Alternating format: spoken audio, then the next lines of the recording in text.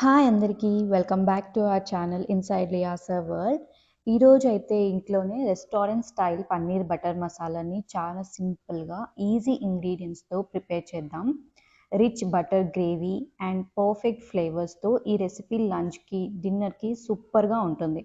మీరు కూడా hotel style paneer butter మసాలాని ఇంట్లో ప్రిపేర్ చేయాలనుకుంటే ఈ వీడియోని కంప్లీట్గా చూడండి. So without wasting any time let's get started. ముందుగా అయితే ఒక ప్యాన్ తీసుకొని అందులోకి బటర్ అండ్ ఆయిల్ వేసుకోండి. కొంచెం హీట్ అయ్యాక మన హోల్ గరం మసాలా ఉంటాయి కదా, అవి వేసుకోండి. నేనైతే చెక్క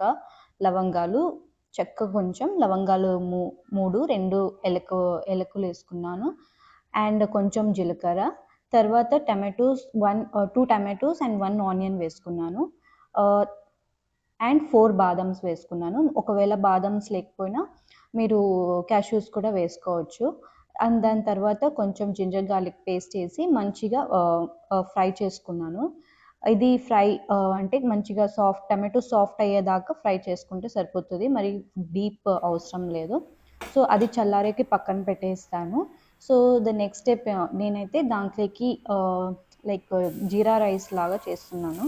సో అది రెసిపీ అనమాట ఇది. సో ముందైతే ఫస్ట్ కుక్కర్ పెట్టేసుకొని అందులోకి 1 స్పూన్ బటర్ అండ్ కొంచెం ఆయిల్ వేసుకొని దాంట్లోకి చెక్క, ఏలకులు, 2-3 లవంగాలు అండ్ మీతో హోల్ గరం మసాలా ఉంటే అవి వేసుకోవచ్చు, బిర్యానీ ఆకు అలా.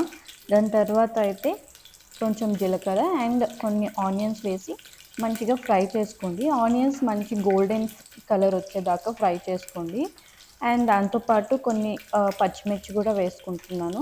అవి గోల్డెన్ కలర్ వస్తే రైస్ చాలా ఫ్లేవర్ఫుల్గా ఉంటుంది. ఈ టిప్ అయితే ఫాలో అవ్వండి. ఎప్పుడైనా ఇలాంటి రెసిపీ చేసినప్పుడు ఆనియన్స్ని కొంచెం గోల్డెన్ బ్రౌనిష్ కలర్ వచ్చేదాకా, అంటే మనము నార్మల్గా బిర్యానీకి ఎలా చేస్తామో అలా వచ్చేదాకా కొంచెం బాగా ఫ్రై చేసామంటే చాలా బాగుంటుంది రైస్ ఫ్లేవర్. సో కొంచెం జింజర్ గార్లిక్ పేస్ట్ కూడా వేసేసుకొని మంచిగా ఫ్రై అయ్యాక కొంచెం కొత్తిమీర వేసేసుకొని, నేనైతే ఇక్కడ బాస్మతి రైస్ వేసుకుంటున్నా. 1 గ్లాస్ ఆఫ్ బాస్మతి రైస్కి నేనైతే 1.5కి ఇంకొన్ని ఎక్కువ వాటర్ పోసుకున్నా అంతే. సో రైస్ అయితే చాలా పొడి పొడిగా వచ్చింది. అండ్ దాంతోపాటు మనకి టేస్ట్ సరిపడేంత సాల్ట్ వేసుకొని 2 విజిల్స్ ఇచ్చేసుకుంటే సరిపోతుంది. సో ఇది చల్లారాక మనము మిక్సీ జార్లోకి వేసేసుకొని మంచిగా స్మూత్ పేస్ట్ చేసుకోవాలా. చాలా అంటే చాలా స్మూత్ పేస్ట్ ఉండాలన్నమాట. అప్పుడైతేనే గ్రేవీ మంచిగా స్మూత్ అండ్ బటరీ టెక్స్చర్ వస్తుంది. సో ఇలా మనం మిక్సీకి వేసుకునేటప్పుడు ఈ టిప్ అయితే చూడండి, సో దట్ గ్రేవీ మంచిగా వస్తుంది. సో నెక్స్ట్ అయితే ప్యాన్ పెట్టేసుకొని అందులోకి బటర్ అండ్ కొంచెం ఆయిల్ వేసుకొని కొంచెం పసుపు అండ్ కొంచెం కారం డైరెక్ట్గా ఆయిల్లో వేసుకోండి. సో దట్ గ్రేవీకి మంచి కలర్ వస్తుంది ఇలా డైరెక్ట్గా ఆయిల్లో వేయడం వల్ల. చాలా ఫ్రై చేయకండి, సో దట్ కారం మాడిపోగలదు.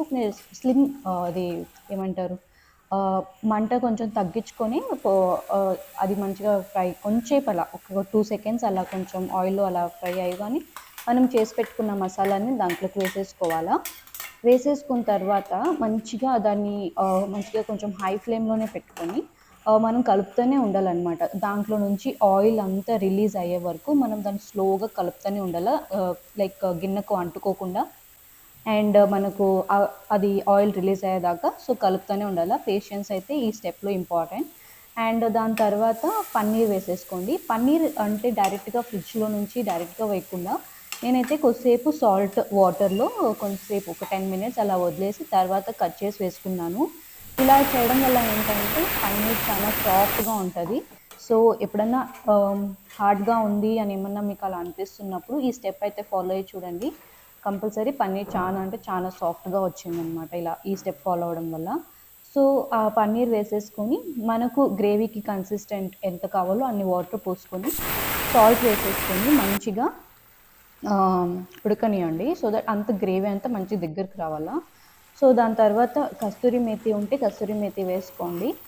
నాతో లేదని నేను కొంచెం కొత్తిమీర వేసుకొని మంచిగా మగ్గించుకున్నాను అనమాట. సో మన delicious and creamy paneer butter masala ready అయిపోయింది.